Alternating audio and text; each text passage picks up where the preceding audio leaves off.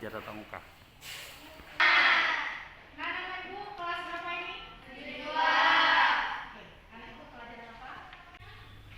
Sudarlun, tingkat kehadiran siswa SMP Negeri 1 Idi Raya pada hari pertama belajar tatap muka mencapai 70%. Sebelumnya proses belajar sempat dialihkan dengan metode daring, setidaknya selama 10 hari menyusul meningkatnya jumlah kasus COVID-19 pada 7 kecamatan di Aceh Timur. Beberapa siswa maupun guru yang ditemui Serambion TV mengaku lebih menyukai proses belajar mengajar tatap muka. Pihak sekolah sendiri mengklaim bahwa siap melaksanakan belajar mengajar tatap muka di sekolah, terlebih sudah menyiapkan fasilitas pendukung sesuai protokol kesehatan.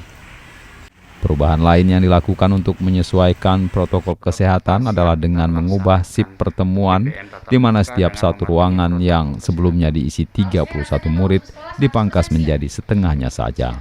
Ada, lengkap kalau di sekolah ini insya Allah lengkap. Mulai dari itu datang diukur suhu dulu anak-anak, ada start gas COVID-nya di depan gerbang, kemudian cuci tangan, masuk kelas, di kelas nanti guru kasih arahan lagi untuk tetap memakai masker.